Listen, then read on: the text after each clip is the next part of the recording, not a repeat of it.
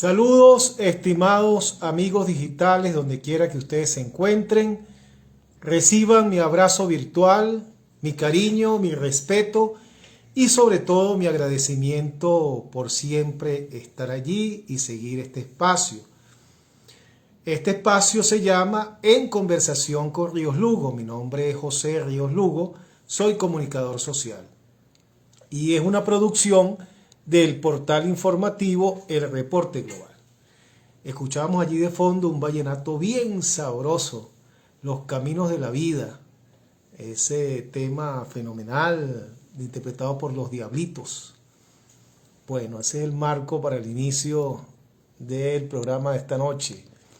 Voy a tener el gusto de conversar con el señor Andrés Caleca, es presidente del CNE. Muchísimo que conversar con Andrés, que ya estás por allí, y voy a darle el acceso a Andrés Caleca.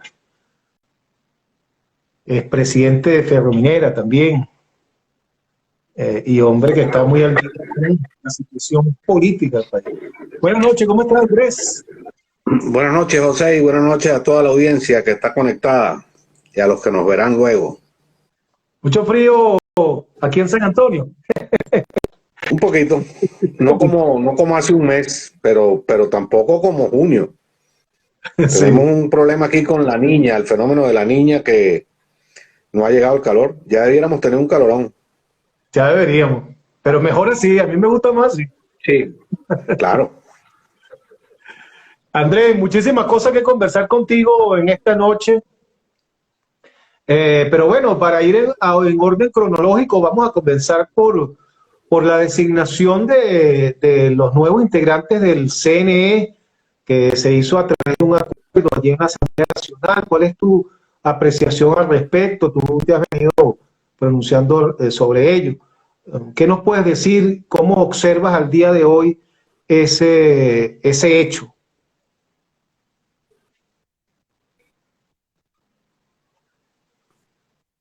Te oigo muy entrecortado, hay problemas con la conexión.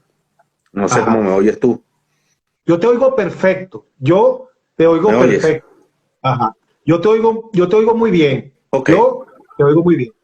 Te preguntaba sobre Voy el hablando. nuevo Consejo Nacional. Sí, te oí. Ajá. ¿Cuál es tu apreciación sobre Mira, este consejo? Hay que hacer algunas consideraciones previas con la designación, con los miembros que designaron al Consejo Nacional Electoral. Y tiene que ver con el origen de esta designación. Aquí seguimos nosotros fuera de la institucionalidad en este país.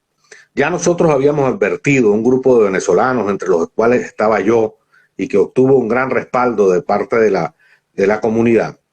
Habíamos advertido y habíamos solicitado al Tribunal Supremo de Justicia que el proceso electoral que había sido convocado para elegir esta Asamblea Nacional que está vigente en el país a partir de que fue electa el 6 de diciembre, pecaba de inconstitucionalidad absolutamente. Ese es un proceso que se hizo violando 6 artículos de la Constitución, por lo menos, como lo hablamos aquí en este espacio, por cierto, en varias oportunidades, gracias a tu invitación. Y además violaba una cantidad de reglas electorales y leyes electorales. Pero bueno, dijimos, había que resolver ese problema, propusimos incluso que se pospusieran las elecciones para que se corrigiera esa situación. Igual propuso, por cierto, la Comunidad Europea, que vino a Venezuela, mandó una delegación, la Unión Europea, perdón, y también propuso lo mismo. Mira, vamos a hacer esto bien, porque ¿qué va a ocurrir? Lo que está ocurriendo, que esa Asamblea Nacional, por razón de su origen inconstitucional, sobre ella pende la espada de Damocles de la nulidad de todos sus actos.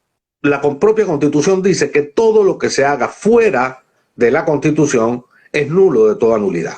De manera que esta Asamblea Nacional que ha designado este Consejo Nacional Electoral ha hecho una designación que pende de un hilo. Mañana, por re o por fa, porque el gobierno no le gustan los resultados electorales o porque cambia la situación política del país y la correlación de fuerzas en el Tribunal Supremo de Justicia, y declaran nulo todo esto porque el origen fue inconstitucional.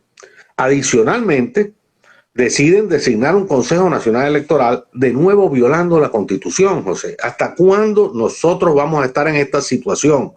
Eso es lo que va horadando la confianza del ciudadano, va horadando las instituciones en general y la institución del sufragio en lo particular.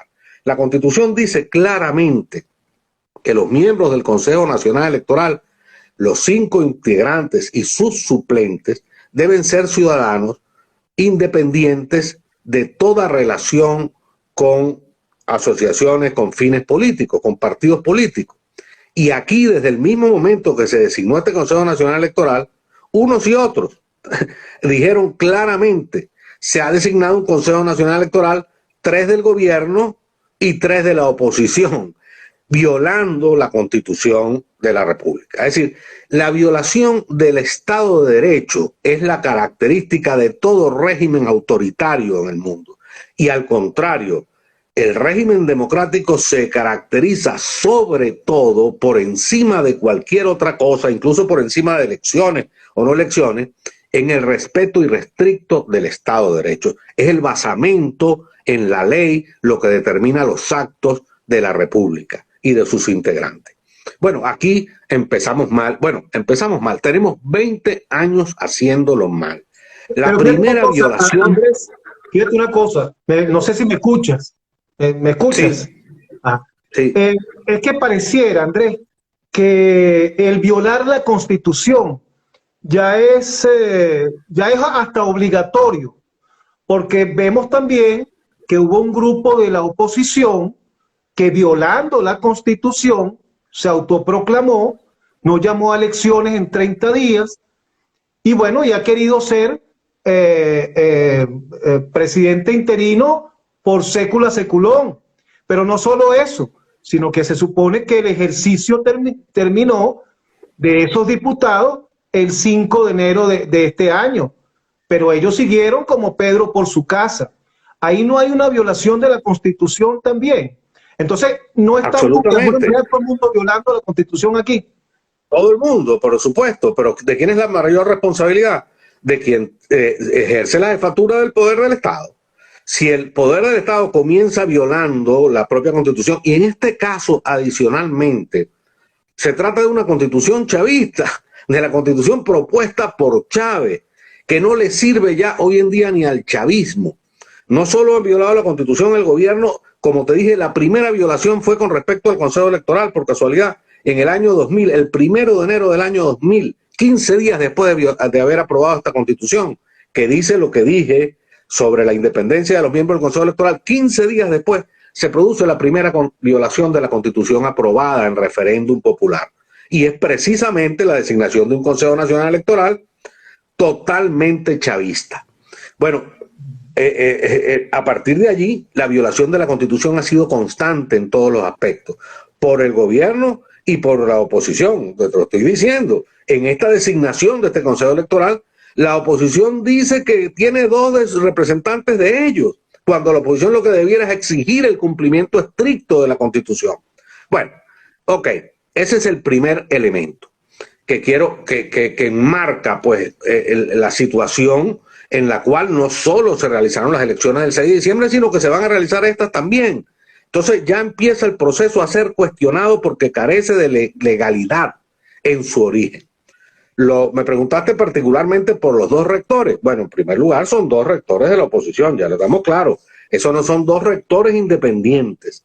Me da mucha risa cuando dicen, de repente se asombran, oye, pero este rector declara como si fuera un político. Claro, si eligieron a unos políticos. Por cierto, eso no es del todo malo. Venezuela tuvo durante 50 años un Consejo Supremo Electoral que funcionó más o menos bien, sobre todo al principio funcionaba muy bien, integrado de esa manera. ¿Quiénes lo integraban? Los representantes de los partidos políticos. Y lo presidía un ciudadano independiente. Uno de todos los miembros del Consejo Electoral, solo uno era independiente. Y los representantes de los partidos políticos eran unos dirigentes políticos reconocidos. Imagínate tú, el sempiterno representante de Acción Democrática en el Consejo Electoral, Consejo Supremo Electoral, era David Morales Bello, nada más y nada menos.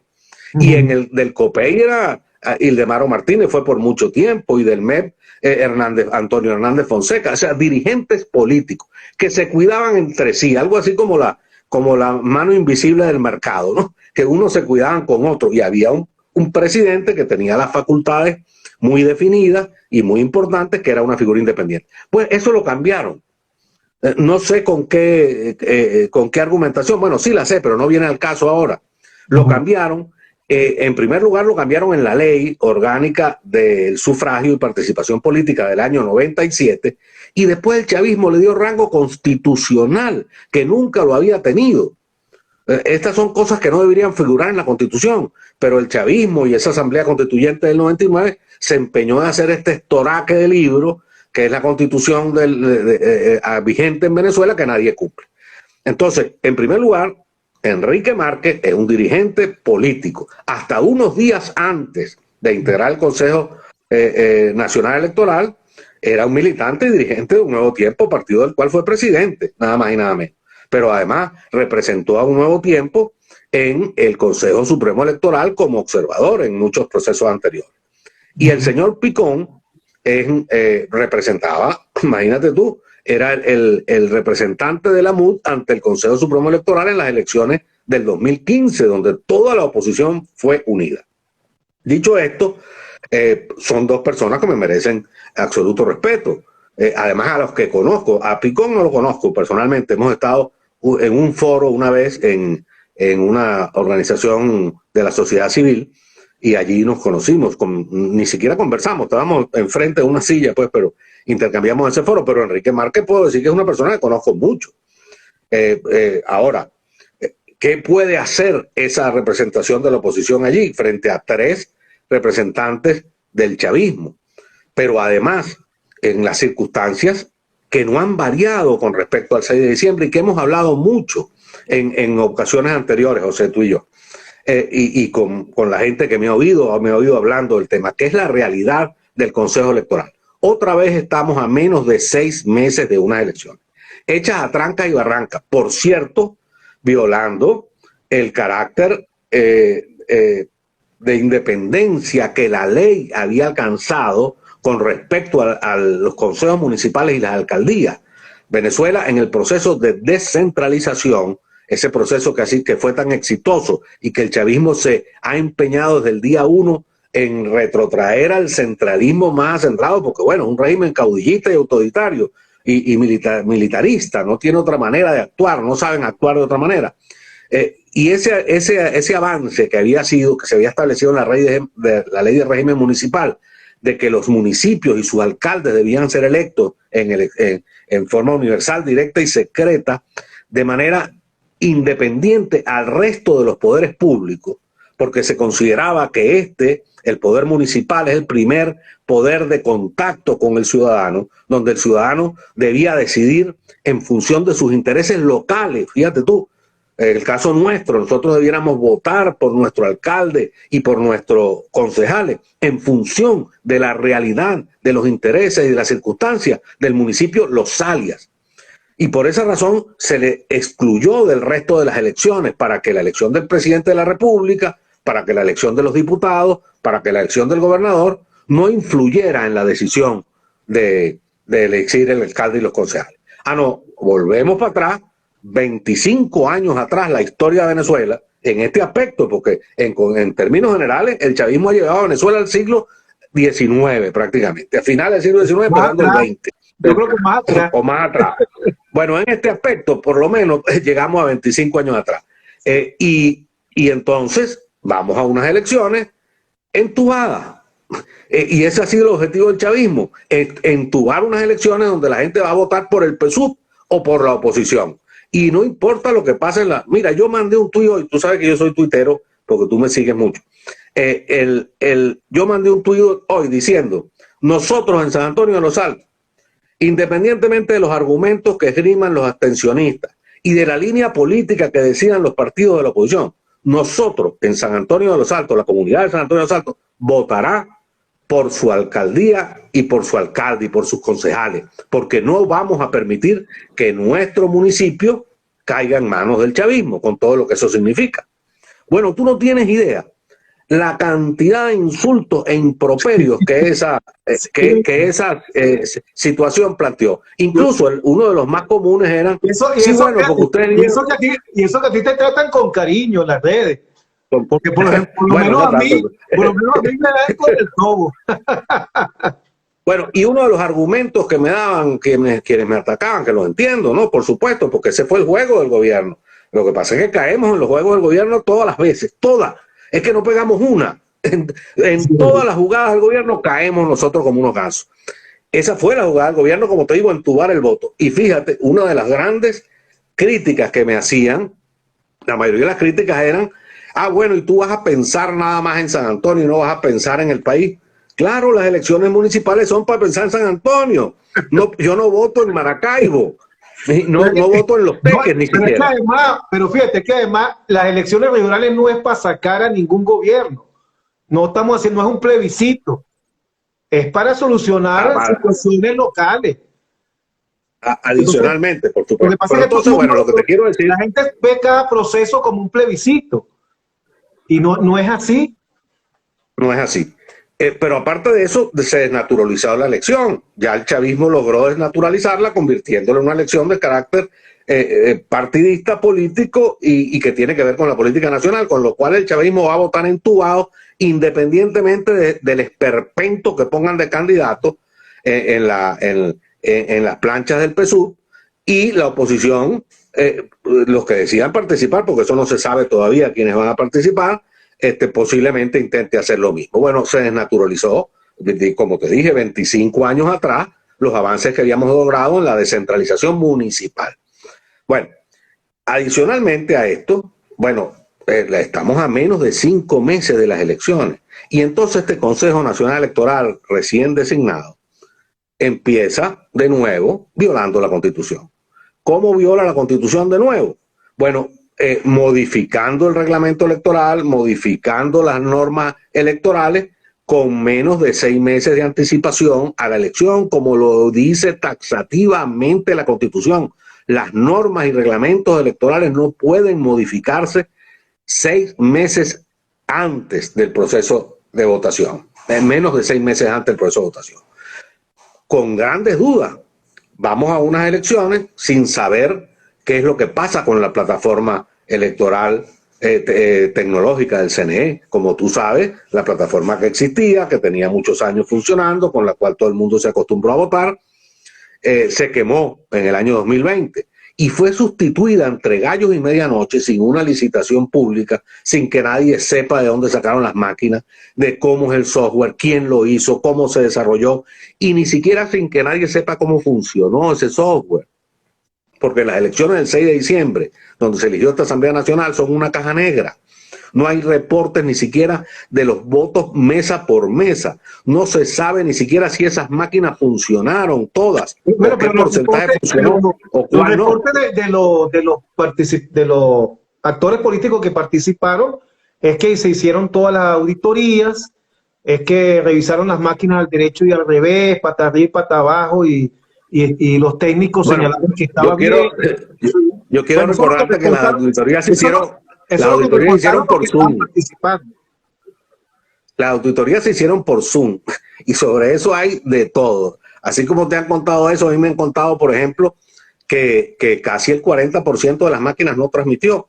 Ahora, ¿quién sabe cuál es la verdad? Porque no es solo que lo sepan los representantes de los partidos. Los representantes de los partidos en un proceso electoral son los menos importantes. Los importantes son los votantes. Tú haces un proceso electoral para darle garantía a los votantes. También le das garantía a los partidos, pero lo más importante son los ciudadanos.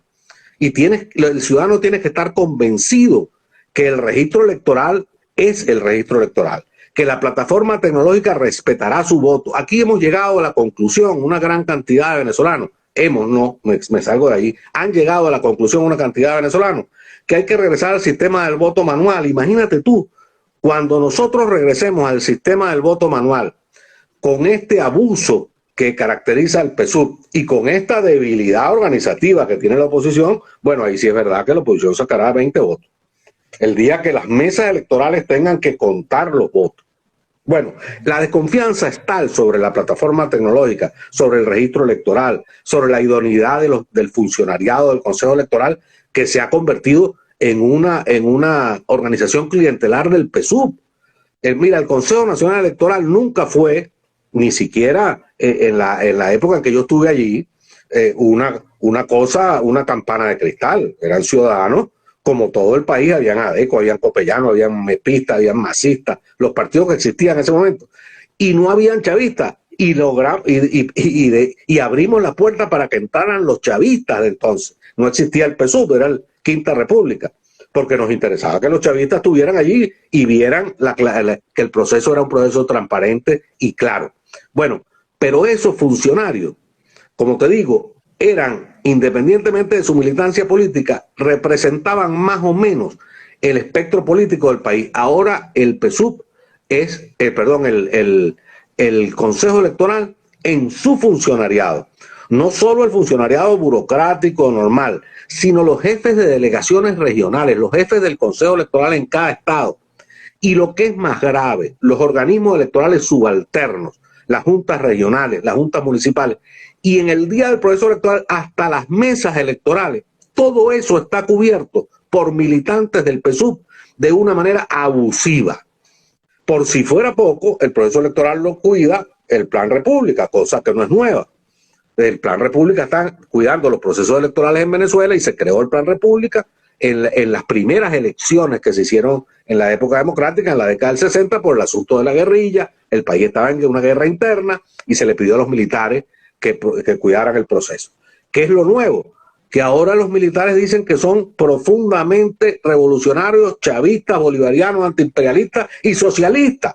Es decir, son el aparato armado del PSUV.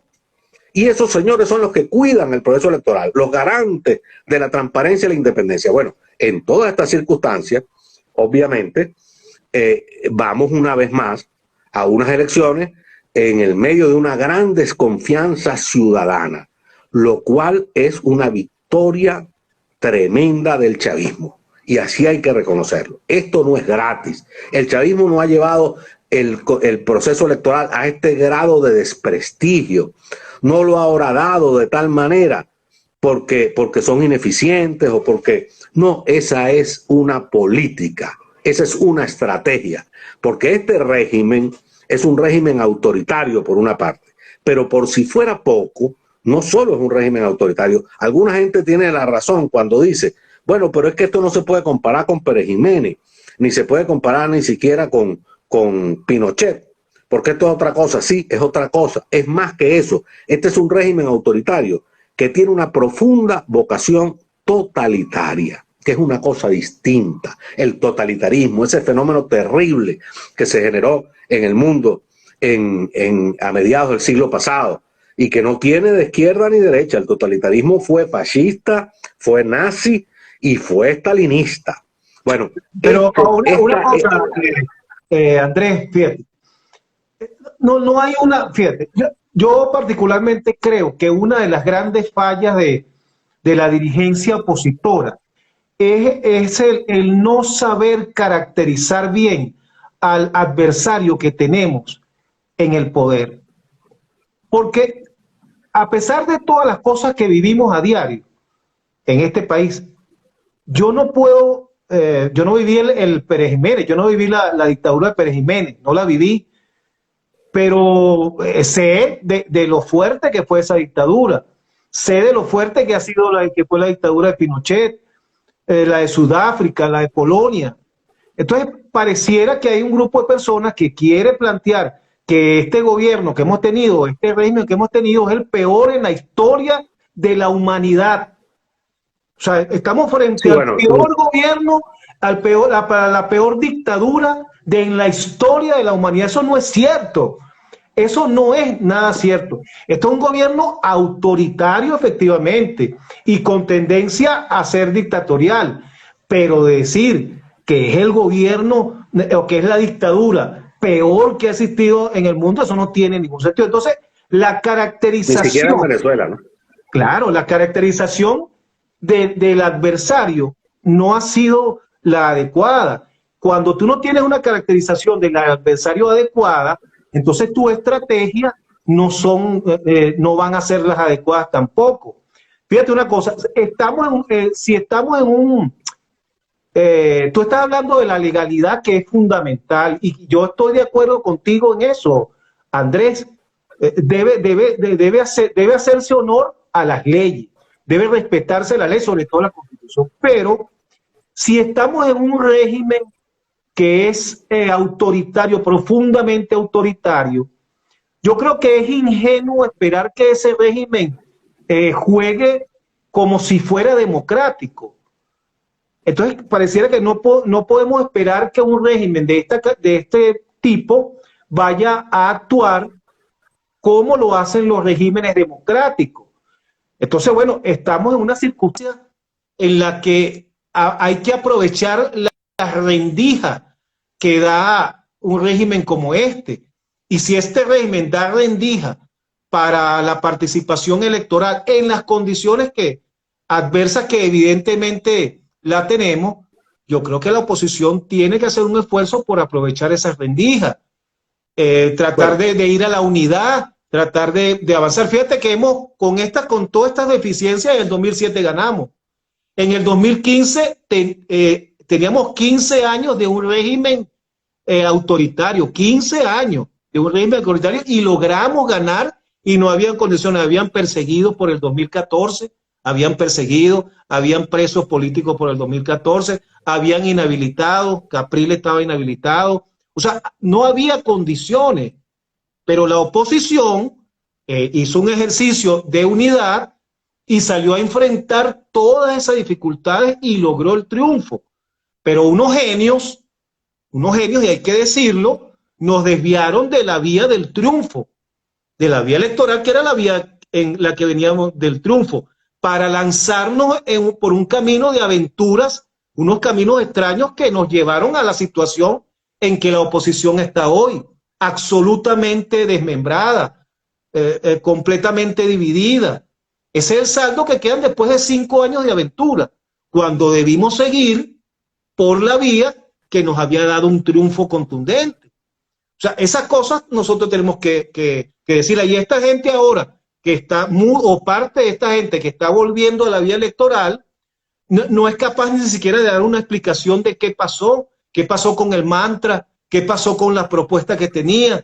El país no se merece una explicación de eso, de esa propuesta que fracasó. Nosotros vemos otros líderes aquí en España ahorita.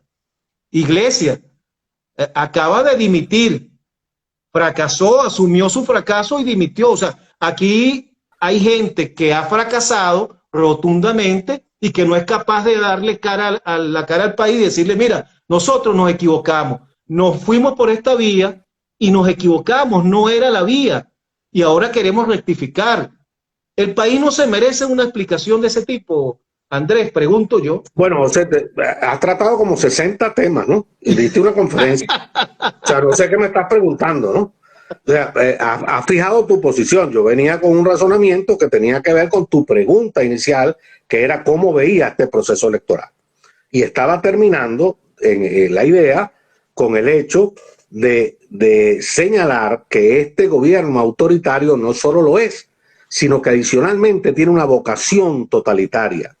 Y por eso, por tener esa vocación totalitaria que no ha podido ejercer, entre otras cosas por la oposición férrea que ha tenido de la población venezolana, por su naturaleza, por su idiosincrasia. Nosotros somos un país profundamente igualitario, profundamente democrático, somos alzados, etcétera, en todo sentido. No le ha sido fácil al chavismo, pero si el chavismo pudiera, borraría todo esto. Y sencillamente estaríamos en presencia de un régimen hereditario como Kim Jong-un, y Nicolásito sería el que va a sustituir a Nicolás. Eso es lo que quiere el chavismo. No el chavismo solo, y no todo el chavismo. Esa camarilla stalinista que está aposentada ahí en Miraflores, en alianza con los sectores del militarismo secular venezolano y con bandas criminales. Bueno, eso es lo que tenemos enfrente nosotros. Ahora bien, frente a esas circunstancias y frente a estas elecciones, la oposición una vez más aparece perpleja. En primer lugar, dividida. La oposición sigue sin superar el hecho de que a partir del 2015 se produjeron profundas divisiones en su seno. Tú señalaste un poco de la historia, y hoy en día la oposición venezolana son por lo menos 4 expresiones distintas. Una cosa nunca vista, porque eso se originó a partir de la victoria electoral del 2015. Yo recuerdo un amigo italiano, que yo no sé si está vivo, porque es mucho mayor que yo, y se fue para Italia mucho tiempo. Él me decía, después de haber hecho negocios en Venezuela y de haber hecho negocios en Italia y en otras partes del mundo, en los Estados Unidos, que Venezuela tenía una característica única, que era el único país donde él había hecho negocio, en el cual los socios se peleaban si el negocio salía bien. Si el negocio salía mal, todos los socios eran solidarios. Pues, oye, mira, perdimos esta plata, y se ayudaban y tal. Pero si se ganaban unos reales, terminaban peleados todos. Bueno, exactamente eso hizo la oposición venezolana. Tuvo el rutilante e inesperado triunfo del 15 de diciembre del año 2015, del 6 de diciembre del año 2015, donde obtuvo más de las 2/3 partes del Parlamento, y empezaron a pelear al día siguiente para ver quién iba a ser presidente, cuando no estaba planteada ninguna elección presidencial en ese momento. Acababa de ser electo Maduro presidente de la República y presentó su primer informe como presidente, lo presentó a esa Asamblea Nacional. Yo recuerdo ese espectáculo, ¿no? Insultando al presidente de la República, a Maduro, recién electo, pero no solo eso, estaba todo el alto mando militar allí, y lo insultaron también al alto mando militar. Bueno, y ahí empezó una debacle, que es una debacle que daría risa, o si no fuera lo grave que ha ocurrido, ¿no?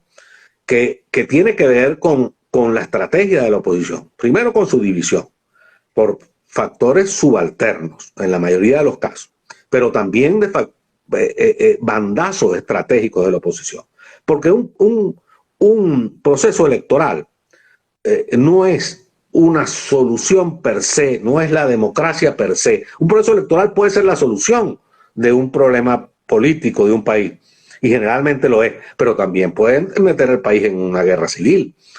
Infinidad de casos. Haití, ahorita mismo, Bielorrusia. El proceso electoral ha generado, por el mal manejo del proceso electoral, etcétera, generó peores contradicciones y problemas que los que había en el momento previo al acto electoral. De manera que el acto electoral en sí es un mecanismo, pero no es el centro de la vida política de una nación. El problema que tenemos nosotros frente a este régimen autoritario es que el 90% de los venezolanos rechazan a ese régimen autoritario, lo cual hace que este régimen solo se sostenga sobre las bayonetas. El chavismo ya no tiene ningún respaldo social real en Venezuela. Una organización clientelar muy bien montada, aceitada con los dineros de todos los venezolanos y con los dineros del despojo, de la matraca, de los asaltos, de la depredación del ambiente. Con eso mantienen esa estructura clientelar del PSUV, y las bayonetas. Y un gigantesco aparato represivo, militar y represivo, ese es su soporte. Porque el 90% de los venezolanos rechaza la gestión de Maduro. Pero sin embargo, en la encuesta Ómnibus de Data Analysis del mes de febrero de este año, que es la última, bueno, es una de las últimas, la sumatoria del respaldo de todos los partidos de la oposición, todos esos 4 factores, todos no llegan al 5%, y en las mejores estimaciones no llega al 10%, es decir, la mayoría que rechaza al señor Maduro en la presidencia de la República no es una mayoría política, y el gobierno está solo. Por eso es que, independientemente de este desastre, unos tipos que no son capaces ni siquiera de poner a funcionar los semáforos, ya has visto el desastre que tenemos con el manejo de la pandemia, y ahora con esta particularidad del manejo de la vacunación, y así todo, un país disolviéndose, y esta gente está atornillada ahí en Miraflores porque no tiene a nadie enfrente. Y la política, como yo lo he dicho otras veces, es como la física. La política rechaza el vacío. Mientras no haya alguien enfrente, una alternativa política enfrente, el chavismo estará solo, gobernando o haciendo que gobierna. ¿Por qué? ¿Por qué la oposición, esa oposición que apenas hace 5 años tuvo ese glamoroso triunfo, hoy en día son estos despojos? No tienen el respaldo ni del 5%, o entre el 5 y el 10% de la población, pero más grave que eso, ya no tienen ni siquiera maquinarias organizativas. Ya los partidos se han vaciado, se han dividido internamente. Gran parte de sus dirigentes, obviamente por efecto de la gestión represiva del gobierno, pero también por sus propios errores, porque no hay claridad estratégica en este tema. Mira, y esto no es nuevo. Cuando tú estás frente a un gobierno autoritario de carácter dictatorial como este que tenemos nosotros, las divisiones sobre la concepción de cómo se debe enfrentar un régimen de estos son la comidilla de cualquier grupo político, porque ahí está la agonía. ¿Cómo se hace para luchar con este aparato represivo de esta magnitud que tenemos nosotros enfrente, asesorado por fuerzas extranjeras?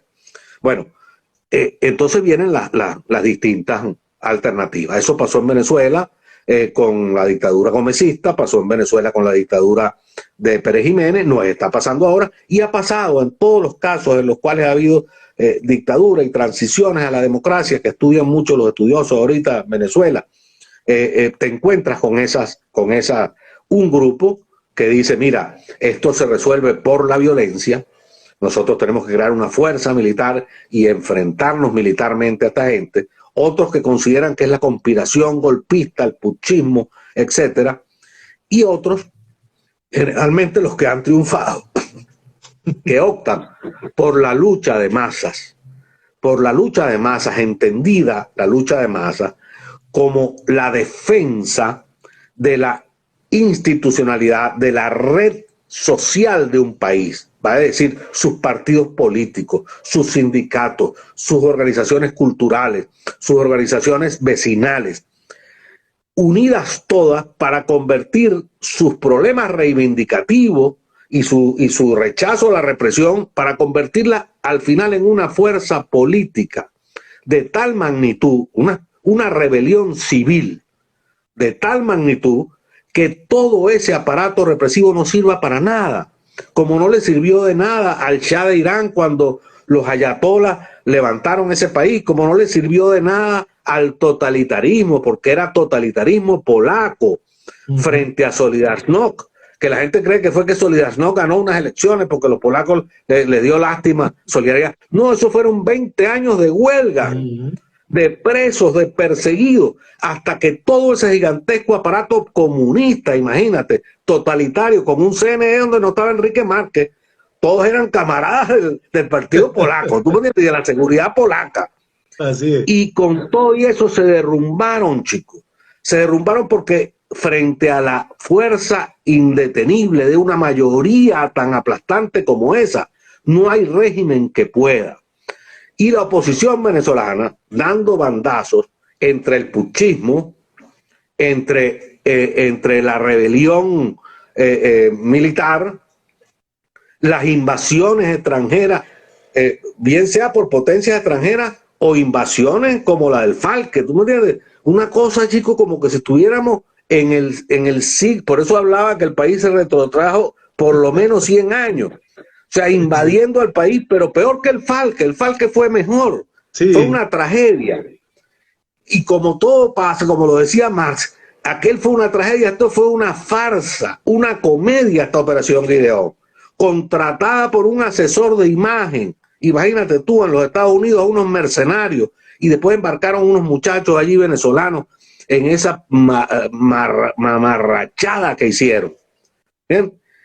Y entonces, aquella estrategia exitosa de masas, de defensa de los partidos, de lanzar candidatos, de difundir el mensaje, que había derrotado al chavismo en un momento en el que el chavismo era mucho más fuerte que lo que es hoy, porque como ya dije, el chavismo también se ha vaciado. Esa maquinaria que fue capaz de derrotar al chavismo, a pesar de que estaba Tibisay y Lucena y todo lo demás, bueno, entonces abandonaron esa lucha, esa línea estratégica, se lanzaron por la vía de la conspiración, de la invasión extranjera, entre otras cosas, alentados por eso, esa manada de locos que tomó el control de la Casa Blanca en los Estados Unidos. Sí. Bueno, utilizándolo, Andrés, porque es lo que quería era ganar Florida. Al final lo que quería era ganar Florida. Las elecciones de la Florida. Para ganar las elecciones de la Florida. Unos tipos que creen que la Tierra es plana, etcétera, ¿no? Eso es lo que estaba ahí en la Casa Blanca.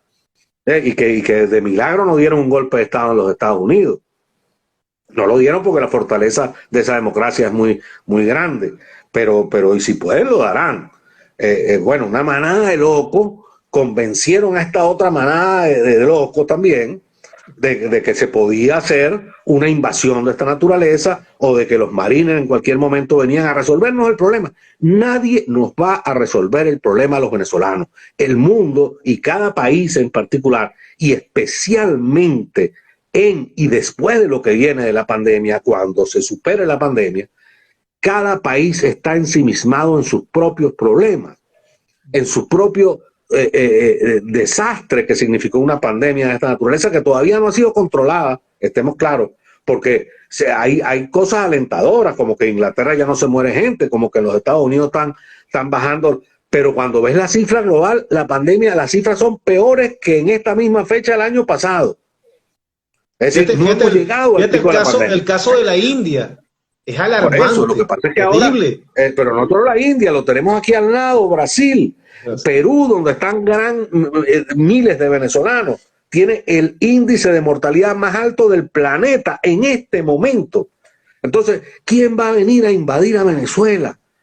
¿Quién va a venir a resolverle el problema a María Corina o a Andrés Caleca o a José Lugo? Nosotros tenemos que hacerlo. Y nosotros no tenemos armas. Y es falso el dilema de decir que como no tenemos armas, como no podemos combatir con armas, entonces no combatimos. No, hay que combatir con lo que tenemos. Y lo único que tenemos nosotros es mayoría. Un 90% del país que se opone a Maduro. Esa mayoría hay que organizarla para que se pueda convertir en una fuerza política. Ahora gente dispersa, gente resolviendo sus problemas, gente incluso yéndose del país porque no ven alternativa. Porque si bien es el primer culpable y responsable de que hayan 6 millones de desterrados en Venezuela, es el gobierno de Maduro y este régimen, no poca responsabilidad tenemos los que no hemos logrado levantar una esperanza para que la gente se quede y sobre todo nuestros jóvenes se queden. Porque nuestros jóvenes se van por desesperanzados, porque no ven alternativa. Andrés, pero es que no le hemos presentado al país una alternativa país. Un verdadero proyecto país, no se lo hemos presentado a la gente, al pueblo, al venezolano. La oposición no le ha presentado un proyecto país que sea esperanzador. Aunque lo tuviéramos, imagínate que tuviéramos el proyecto país, si no nos organizamos políticamente, si no tenemos partidos fuertes, si no organizamos nuestros sindicatos, que el gobierno los ha liquidado, si no organizamos nuestros gremios, si no nos organizamos con nuestros vecinos, ese proyecto país, aunque sea perfecto, no va a emocionar a nadie. En primer lugar, no lo va a conocer nadie, que es lo que está pasando ahora, ¿verdad? Frente a esas circunstancias, si tu estrategia es una estrategia de masa, vamos a echar un poquito para atrás. Si tu estrategia es el golpismo o una invasión extranjera, ¿qué te puede importar las elecciones? No me interesan las elecciones municipales y ese es un poco lo que piensa mucha gente, ¿no? No me interesa esas elecciones. No voy, no voto, no, punto. Que lo piense gente desesperanzada, yo lo entiendo, pero que lo piensen dirigentes políticos a estas alturas, cuando se ha comprobado que no tienen ninguna otra posibilidad. Claro. Es inaceptable. Pero si tú planteas que la estrategia que tienes que desarrollar es una estrategia de lucha de masas, de rebelión cívica, de construir una mayoría, esa mayoría de rechazo, convertirla en una mayoría política capaz de tomar el gobierno, el poder, porque si no, no estás haciendo nada.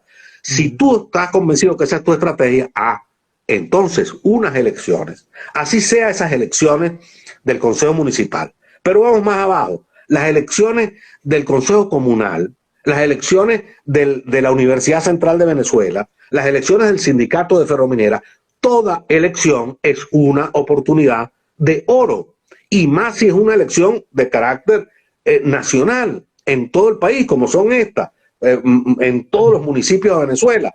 300 y pico de municipios donde tú debieras tener una organización, en primer lugar, electoral, para cuidar tus mesas electorales.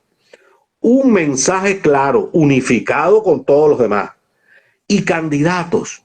Mira qué importante que tú pudieras promover en estas elecciones 333 nuevos candidatos, nuevos líderes de la oposición. De esos, algunos no servirán. Pero bueno, ponte que te sirvan 40. La oposición tiene ya 10 años que no recicla dirigentes. El gobierno los mete presos, los inhabilita y los exilia. Y no hay recambio porque no hay partidos, porque no hay organización, porque no participas en la lucha política diaria. Todo lo que significa un proceso electoral en el contexto de una estrategia de masa no puede ser desaprovechado de ninguna manera. Es una torpeza terrible.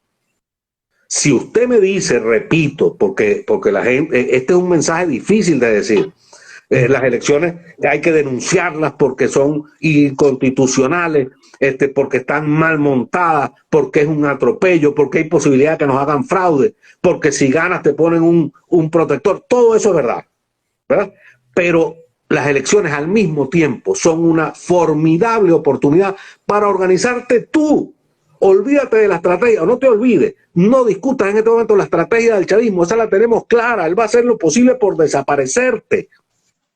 Eres tú el que tienes que preservar tu fuerza, el que tiene que organizarla, el que tiene que aceitarla, el que tiene que promover, formar dirigentes, el que tiene que difundir el mensaje. Mira, José, infinidad de territorios del país a los cuales no les llega la oposición de ninguna manera, porque no llegan las conexiones vía internet, no todo el mundo, la minoría tiene internet. Este es un espacio donde estamos hablando tú y yo de una absoluta minoría.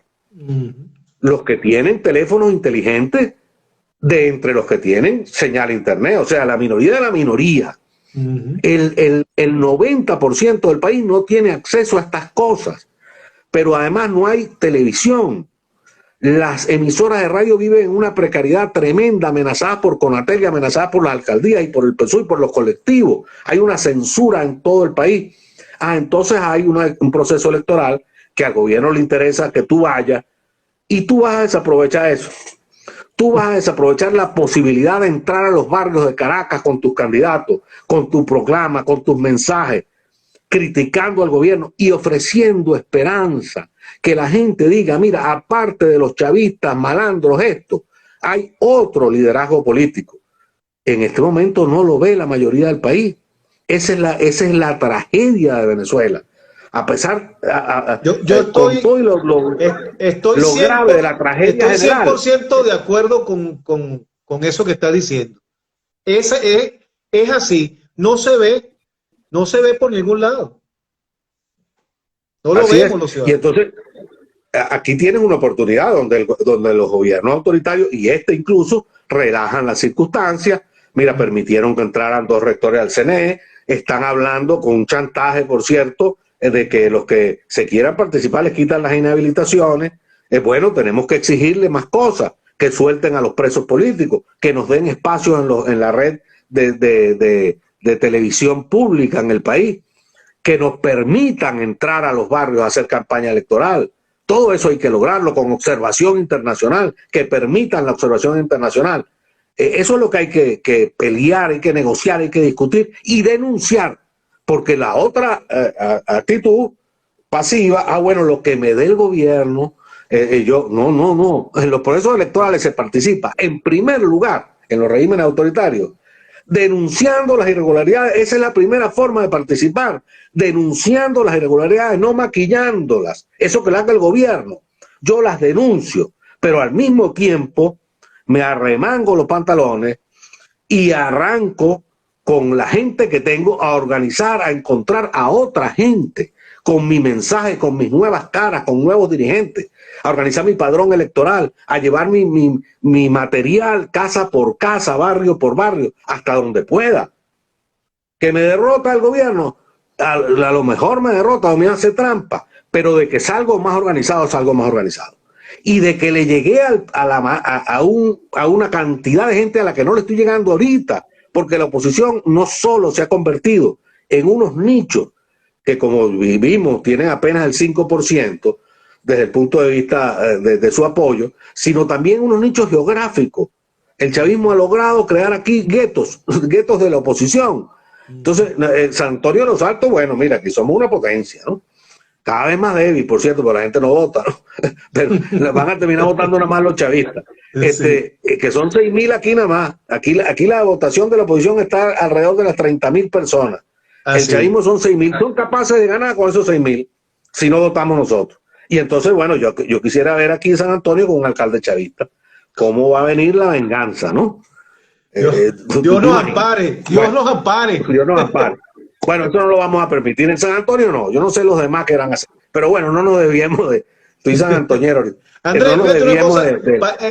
Fíjate, por ahí están planteando, hay un grupo de electores que la semana pasada fue ante el CNE para plantear la activación del referéndum revocatorio. ¿Qué opinión te merece esa acción, esa posibilidad, esa...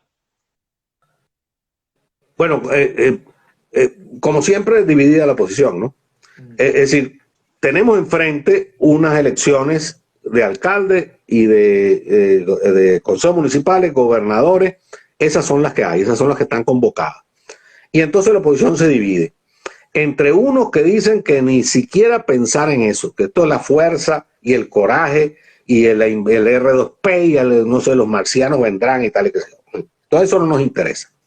Ni esa, ni el revocatorio, ni nada. Nosotros estamos esperando la invasión extranjera que va a venir tarde o temprano. Ese es un grupo de la oposición. Después otro grupo de la oposición que dice que en esas condiciones no vota. Que nosotros no, lo que queremos es elecciones, sí queremos elecciones, pero no estas que son, sino otras. Entre ese grupo se subdivide entre los que quieren elecciones presidenciales y parlamentarias otra vez ya, y ahora unos que lo que quieren es referéndum revocatorio. Y lo único que está previsto, que son las municipales y las gobernadores, entonces no opinan de eso.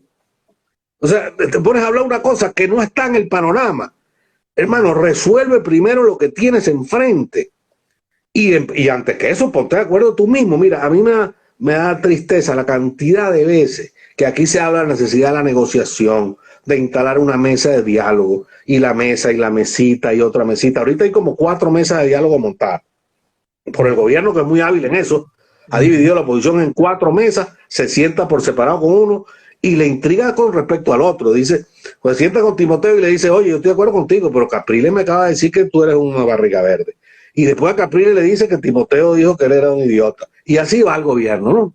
Esa es la táctica de este genio que es Maduro, que lo que es un politiquero, ¿no? Y eso es lo que él sabe hacer. Y que la oposición cae completica en esa cosa. La primera mesa de diálogo que hay que hacer en Venezuela es una mesa de la oposición, señores. Sentar a todos los factores de la oposición, señor, y meterlos en un cuarto. Ustedes no salen de aquí hasta que no tengan un programa común. Así sea el que sea, pero que sea común. Para poder enfrentar a este régimen represivo. No estamos jugando, la gente está muriendo. Como se hace para elegir el Papa. Exacto, un Sanedrín de eso, ¿entiendes? Encerrados allí y hasta que no haya Hugo Blanco ahí no sale nadie, ¿verdad? Bueno, no, ahora hay unos tipos que se ponen a, este no es de oposición, este sí es, con este me reúno, con este no, pero repartiéndose una botella absolutamente vacía, mientras el país está sufriendo esta sí la peor crisis de por lo menos un siglo para acá. No, yo no quiero comparar esto con la guerra de independencia, tampoco con la guerra federal, fue una cosa muchísimo peor, pero superada la guerra federal, estoy casi seguro que Venezuela no había habido una tragedia de la magnitud que está viviendo hoy, entre otras cosas, hasta la disolución del país. Venezuela, si no nos ponemos las pilas, terminará en un proceso de somalización. Mira lo que ha pasado en Apure, mira lo que está pasando en el sur de Venezuela, en el arco minero, en manos de bandas criminales. Pero no hay que ir tan lejos. Mira la Cota 905, zona liberada por unas bandas criminales chimbas. Bueno, ni con eso puede el Estado venezolano. Y entonces la oposición, yo no sé, imagínate tú, pastoreando nubes, en unos radicalismos que no tienen ningún sentido unos, y en una posición acomodaticia con el gobierno otro. No lo vamos a descartar tampoco, jugando a la división y recibiendo una dávida por aquí, otra por allá, y jugando a ver quién le da el sorpaso, como dicen los italianos, al otro. O sea, pareciera que el problema ahorita es quién derrota a Guaidó o quién liquida a la mesita, cuando el problema es quién liquida a Maduro. Liquida, lo dije por si acaso, claro. en sentido Políticamente, decir, políticamente. Sí, que me vayan a meter preso porque estoy diciendo que voy a matar a Maduro. No estoy diciendo eso. Y a mí también. Y a mí también me meterían preso. Bueno, esa es la realidad. ¿Qué más puedo decirte? Esto que estoy diciendo, por cierto, que nos está oyendo gente a la que nosotros le debemos mucho respeto, esto que estoy diciendo, estas críticas que estoy haciendo, este planteamiento que estoy haciendo, se lo estoy haciendo a los dirigentes políticos de la oposición. Yo no estoy culpando a esto a los ciudadanos, ni estoy tratando de convencer a ningún ciudadano que vaya a votar, porque yo no soy de ningún partido, ni soy candidato, ni siquiera sé por qué tarjeta lo puedo usted mandar a votar yo. Eso que lo hagan los dirigentes políticos. Yo lo que estoy hablándole es a la dirigencia política venezolana, que tiene que sincerar una estrategia, no un bandazo estratégico. Las estrategias son de largo plazo. Las acciones tácticas tú las puedes variar incluso hora a hora, pero para que una estrategia tenga éxito, debe ser en primer lugar consensuada. En segundo lugar, debe tener los recursos suficientes en tiempo y el resto de los recursos para poder ser aplicada.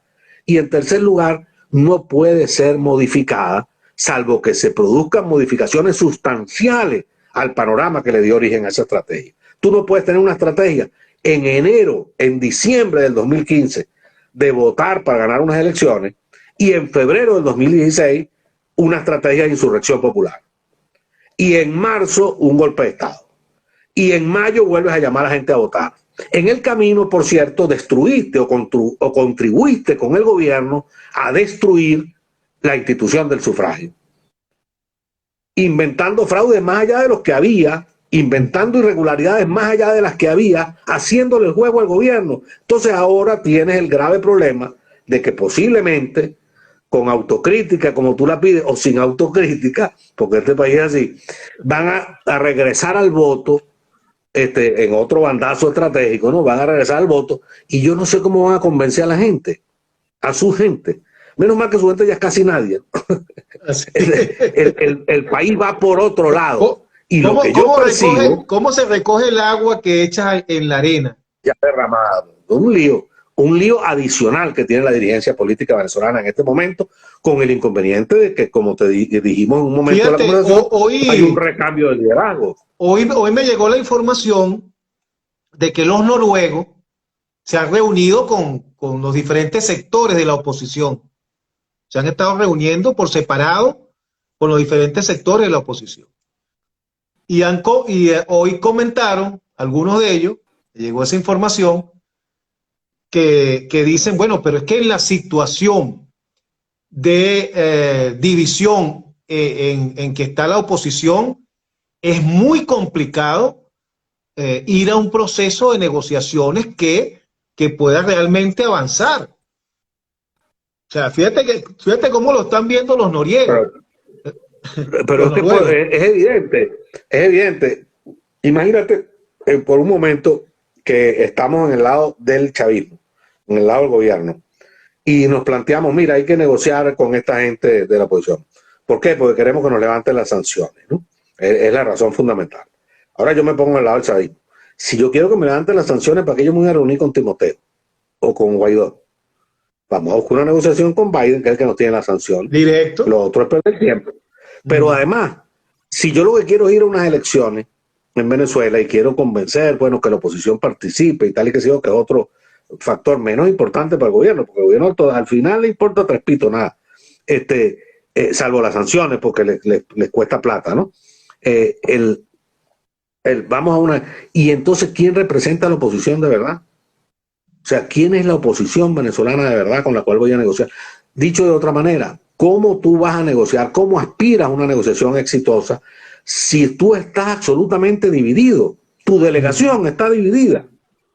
Imagínate que los vietnamitas hubieran ido a negociar con los Estados Unidos en Ginebra, con tres facciones políticas distintas.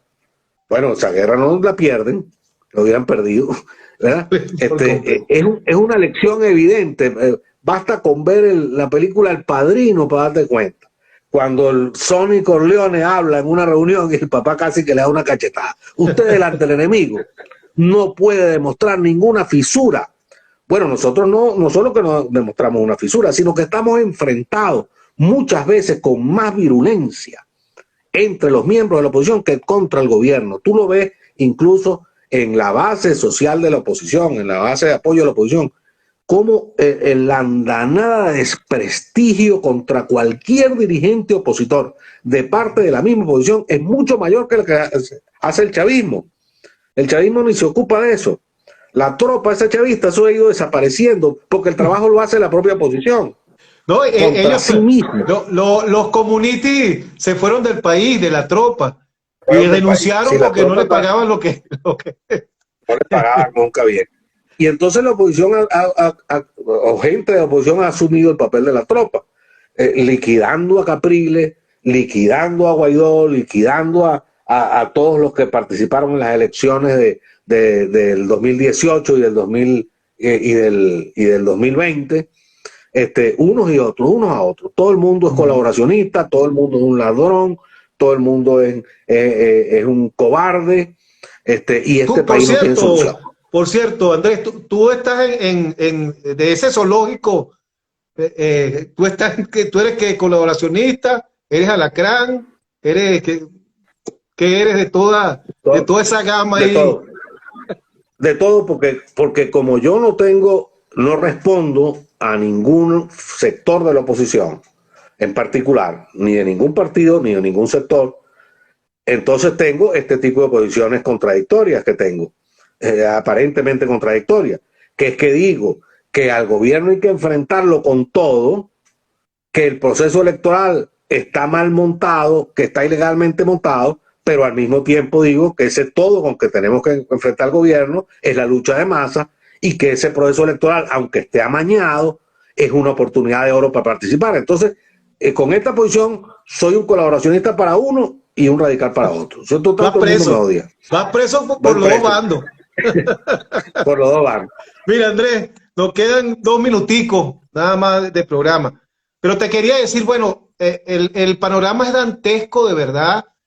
Yo le doy vuelta y le doy vuelta y no veo, porque creo que el problema es la dirigencia política que no ha estado a la altura, no estuvo a la altura recientemente y no está a la altura hoy. Pareciera que ese es el problema principal, pero ¿hay alguna tenue luz por allá que nos permita tener algo de esperanza en que podamos ir avanzando hacia una salida en el mediano plazo de esto, Andrés? Sí, lo primero es eso, ¿no? Estar claro, no engañar a la gente. No hay una salida a corto plazo en Venezuela. Incluso la gente pudiera decir, a menos que haya una implosión del régimen, pero es que incluso si hay una implosión del régimen, la oposición está tan debilitada que posiblemente esa implosión no la va a poder aprovechar la oposición, sino que la aprovecharán sectores del mismo régimen. Es decir, lo primero que hay que decirle a la gente, la situación es muy grave para el país y para la oposición. Recomponer la oposición, convertir la mayoría política, crear la mayoría política capaz de disputarle el poder al chavismo, llevará varios años. Mientras más tarde empecemos, debiéramos haber empezado hace 20 años. Pero ya perdimos 20, bueno, mientras más tiempo perdamos, más años faltarán. Lo único bueno que veo es que una vez fracasado las salidas, las saliditas, las invasiones, el R2P, la responsabilidad para proteger, no sé, todas esas cosas, el TIAR, pareciera que en la mayoría de la oposición se está produciendo un proceso de reflexión que posiblemente conduzca incluso al recambio de dirigentes en el seno de la oposición. ¿Qué me preocupa a mí? Que no veo a los dirigentes, porque lo hablábamos hace rato, una de las cosas de los errores de haberse retirado de la lucha política en la práctica es que no generas dirigentes nuevos. Y los partidos tienen que ser sobre todo una máquina de generar dirigentes, de producir, son unas escuelas de dirigentes. En los partidos destruidos, por supuesto, los dirigentes siguen siendo Henry Ramos, Manuel Rosales, Timoteo Zambrano, Guaidó, Leopoldo López y Capriles. Imagínate tú. Primero que se van a morir tarde o temprano, todos nos vamos a morir, o nos van a exiliar o te van a meter preso y no hay recambio por ninguna parte. El país los parirá, no hay duda. Ahora, ¿cuánto tiempo tarda eso? Ojalá que nosotros podamos este año, con toda la situación crítica que tiene la oposición, con la autocrítica que se están haciendo, aunque no lo digan públicamente, muchos dirigentes intra G4 incluso, y me imagino que intra la mesita también, se deben estar haciendo muchas críticas sobre lo que pasó el 6 de diciembre y los votos que efectivamente sacaron, que fue casi nada. Bueno, que se pueda producir un acercamiento en la oposición venezolana. Eso yo diría que es la tarea fundamental del momento. ¿Cómo hacer para lograr que se sienten en una mesa los opositores venezolanos a tratar de lograr una unidad de acción, por lo menos?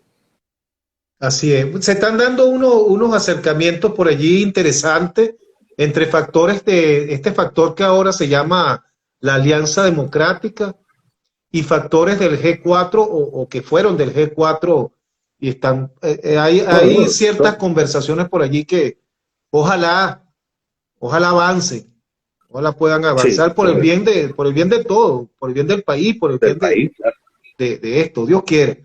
Bueno, Andrés, oye, muchísimas gracias. Recomiéndanos ahí una serie que hayas visto, una película. Bueno, chicos, empecé a ver una serie anoche en Netflix, pero que no he podido ver el segundo capítulo. Gestando el dinero se llama. Vi los 2 primeros capítulos. Me atraparon inmediatamente porque se trata de una serie que tiene que ver con la alianza entre un yuppie. Todo se desarrolla en la ciudad de Miami. Los mayameros le van a encantar porque todo se desarrolla ahí en Miami. Es la alianza entre un yuppie de nuevo tipo, de estos de ahora, una hacker y la mafia haitiana de Miami. Imagínate, a través del manejo ilegal de las bitcoins, de las monedas virtuales. Entonces, muy actual y el FBI a través ¿Cómo se llama? Gestando el dinero, creo que se llama. Gestando el dinero. No la he visto completa, he visto 2 capítulos, pero me atrapó. Ahorita que lo que termine aquí me mando otro. Gracias, Andrés, y gracias a los que nos siguieron en el espacio. Estamos en contacto, ¿vale? Dios quiera que... Gracias, doctor. Que Dios quiera que esto se encamine en algún momento, ¿vale? De verdad. Sí. Se hará. Buenas noches. Buenas a todos. Buenas noches.